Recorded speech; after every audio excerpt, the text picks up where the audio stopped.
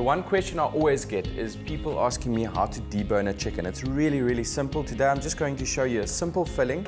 I'm going to start with a very sharp knife and then just make an incision on the breastbone to release the breast from the bone, making sure that you cut as close as possible to the bone itself.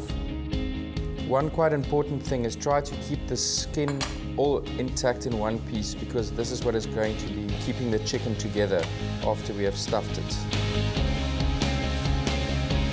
As soon as you get to the leg bone, you can just break it out like that, just to make it a little bit easier to remove.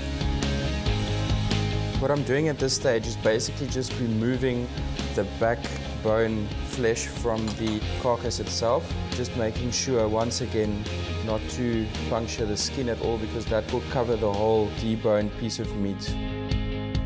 The next step would be just to completely remove the wings and the other wing as well. And then obviously debone the legs itself.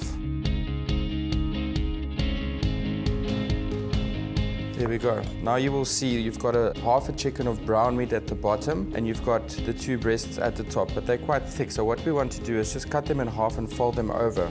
The idea with this is basically to have all the breast meat faces down and the brown meat on top, so that when you roll the chicken that the white meat is inside and the brown meat on the outside.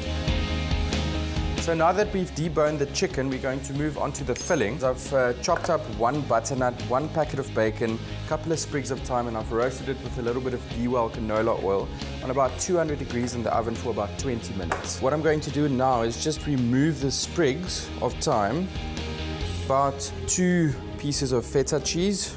Because the feta is not creamy and runny, we want to add a little bit of cream cheese just to combine the mix. It will basically just bring everything together and form a kind of a paste.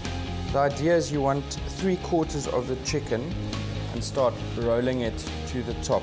And the idea now would be to make sure that your skin is as dry as possible, because if your skin is dry, it will go crispy. So I'm also going to put a little bit of salt, and that will draw out the liquid and make it nice and crispy.